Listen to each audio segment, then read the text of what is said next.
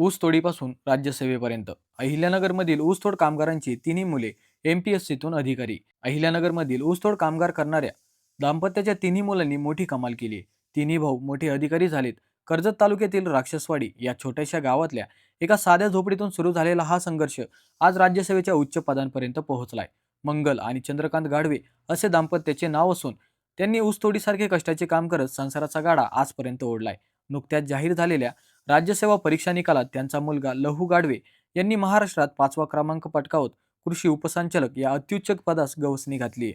याआधीच मोठे बंधू हनुमंत गाढवे यांची उत्पादन शुल्क विभागात तर अंकुश गाढवे यांची आरोग्य विभागात निवड झाली आहे. एका कुटुंबातील तिन्ही भावंडे राज्यसेवेत कार्यरत असणे ही दुर्मिळ घटना मानली जात असून त्यांच्या जिद्दीने असंख्य स्पर्धा परीक्षार्थींना नवी दिशा दिली आहे. गाढवे बंधूंच्या या यशाने केवळ एका कुटुंबाचे नव्हे तर संपूर्ण कर्जत तालुका आणि अहिल्यानगर जिल्ह्याचे नाव राज्यभर उज्ज्वल केले आहे. मंडळी, या तिन्ही भावांसाठी एक लाईक तर बनतोच.